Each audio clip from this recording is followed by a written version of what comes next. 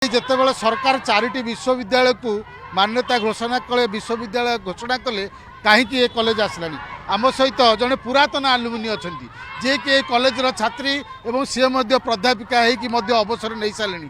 ସେ ମଧ୍ୟ ପିଲାମାନଙ୍କ ସାଙ୍ଗରେ ବସିଛନ୍ତି। ଏଥିରୁ ଆପଣ ଦେଖିପାରୁଥିବେ ଯେ କେଉଁଭଳି ସମର୍ଥନ ରହିଛି, କେଉଁ ସ୍ତରର ସମର୍ଥନ ରହିଛି, କେଉଁ ବୟସର ସମର୍ଥନ ରହିଛି। ଆପଣଙ୍କୁ ଟିକେ ପଚାରିବାକୁ ଚାହିଁବେ, ଆପଣ ଏଇ କଲେଜର ପୁରାତନ ଛାତ୍ରୀ। ଆଜ୍ଞା କେବେ ଆପଣ ପାଠ ପଢ଼ୁଥିଲେ?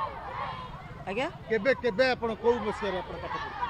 ମୁଁ ଏଠୁ 20 ବର୍ଷ ମାନେ ଷ୍ଟୁଡେଣ୍ଟ ତ ଥିଲି ଯେତେ ବର୍ଷ ପ୍ଲସ୍ ଏଠି ପ୍ରାୟ 20 ବର୍ଷ ଖଣ୍ଡେ ମୁଁ କଲେଜରେ ଚାକିରି କରିଛି, ମାନେ ଏଠି ମୁଁ ପୋଷ୍ଟେଡ୍ ଥିଲି। ଆଜି ଆପଣ ଦେଖୁଛନ୍ତି ଯେ ଛାତ୍ରୀମାନେ ଆନ୍ଦୋଳନରେ ବସିଛନ୍ତି, ଆପଣମାନେ ତାଙ୍କ ପଛରେ ଅଛନ୍ତି। ଇଏ ଦାବି ଯେଉଁ ଆପଣମାନେ ରଖୁଛନ୍ତି, ଇଏ ଦାବି କେତେ ନ୍ୟାର୍ଯ୍ୟ ଦାବି? ଇଏ ତ ନିଶ୍ଚୟ ନ୍ୟାର୍ଯ୍ୟ, କାହିଁକି ନା ଇଏ ତ 100 ବର୍ଷର କଲେଜ। ଆଉ ଆପଣ ପୁରା ଭାରତରେ ଦେଖିବେ 100 ବର୍ଷ କଲେଜକୁ ୟୁନିଭର୍ସିଟି କରାଯାଇଛି। ଖାଲି ଆମ ଷ୍ଟେଟ୍ରେ ଆମର ଏଇ ଜାଗାରେ କାହିଁକି ଏଇଟା ହେଇପାରିଲାନି। ବେଥୁନ କଲେଜ ହେଉଛି ଫାର୍ଷ୍ଟ ୱୁମେନ୍ସ କଲେଜ ବେଙ୍ଗଲର, ସେମାନେ ତାକୁ ୟୁନିଭର୍ସିଟି କରିପାରିଲେ।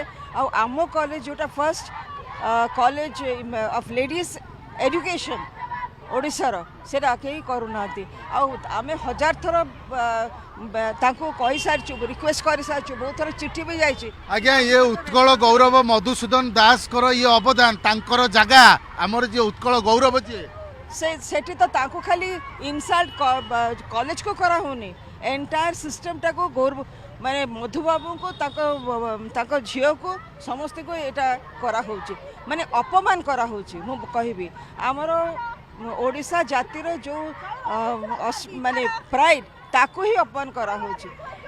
ଆମେ ଗୋଟେ ଯେଉଁଠି ପ୍ରଥମ ଲେଡ଼ିଜ୍ ଇନଷ୍ଟିଟ୍ୟୁସନ୍ ଆରମ୍ଭ ହେଲା, ଯେତେବେଳେ ଲେଡ଼ିଜ୍ ମାନେ ଘରୁ ବାହାରୁ ନଥିଲେ, ବାପା ମା ଛାଡ଼ୁ ନଥିଲେ ତାଙ୍କୁ କେଉଁଠି ଯିବାକୁ, ସେମାନେ ଘରେ ଆବଦ୍ଧ ରହିଥିଲେ, ସେତେବେଳେ ଏମାନେ ଚିନ୍ତା କରିପାରିଥିଲେ ଯେ ନାଇଁ, ଯେଉଁ ଗୋଟେ ସମାଜ ଗଢ଼ିବ, ବଡ଼ ହେବ, ତାହେଲେ ଝିଅମାନଙ୍କୁ ପଢ଼ାଇବା ନିହାତି ଦରକାର। ସେମାନେ ଏଡୁକେଟେଡ୍ ନ ହେଲେ, ସେମାନେ ଶିକ୍ଷା ଲାଭ ନ କଲେ କିଛି ହେଇପାରିବନି। ଆଉ 4ଟା କଲେଜକୁ ଦେଲେ, ସେମାନେ ଆମ ପାଖରେ ଶିଶୁ। ୱିମେନ୍ସ କଲେଜ, ଶୈଳବାଲା ୱିମେନ୍ସ କଲେଜ ପାଖରେ ସେ 4ଟା କଲେଜକୁ ଯେଉଁ ୟୁନିଭର୍ସିଟି ଦିଆହେଇଛି ସମ୍ମାନ, ସେମାନେ ହେଉଛି ଆମ ପାଖରେ ଶିଶୁ, ସେମାନେ ପାଇଲେ।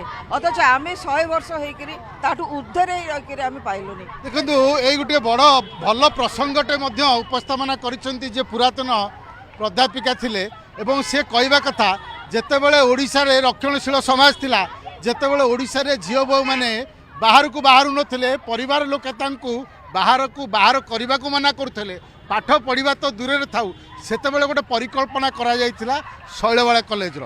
କାରଣ ଇଏ ହେଉଛି ଓଡ଼ିଶାର ପ୍ରଥମ ମହିଳା ମହାବିଦ୍ୟାଳୟ, ଯିଏକି ଓଡ଼ିଶାର ଯେଉଁମାନେ ମହିଳାମାନେ ଆଗକୁ ଯାଇପାରୁନଥିଲେ, ଯେଉଁମାନେ ପାଠ ପଢ଼ିପାରୁନଥିଲେ, ସେମାନଙ୍କ ପାଇଁ ଗୋଟିଏ ସ୍ୱତନ୍ତ୍ର କଲେଜ ତିଆରି ହୋଇଥିଲା ଏବଂ ଇଏ ହେଉଛି ତା'ର ଇତିହାସ। ଦ୍ୱିତୀୟ କଥା, ଯେଉଁ କଲେଜ ଗୁଡ଼ିକ ବର୍ତ୍ତମାନ ଶିଶୁ, କାରଣ ଇଏ ବର୍ତ୍ତମାନ ତା'ର ବାର୍ଦ୍ଧକ୍ୟ ଅବସ୍ଥାରେ ପହଞ୍ଚିଲାଣି ଏ କଲେଜ, କିନ୍ତୁ ଯେଉଁମାନେ ଶିଶୁ ସେମାନଙ୍କୁ ଯେତେବେଳେ ମହାବିଦ୍ୟାଳୟ ବିଶ୍ୱବିଦ୍ୟାଳୟର ମାନ୍ୟତା ଦିଆଯାଉଛି, ସେତେବେଳେ ଏ ମହାବିଦ୍ୟାଳୟକୁ କାହିଁକି ବିଶ୍ୱବିଦ୍ୟାଳୟର ମାନ୍ୟତା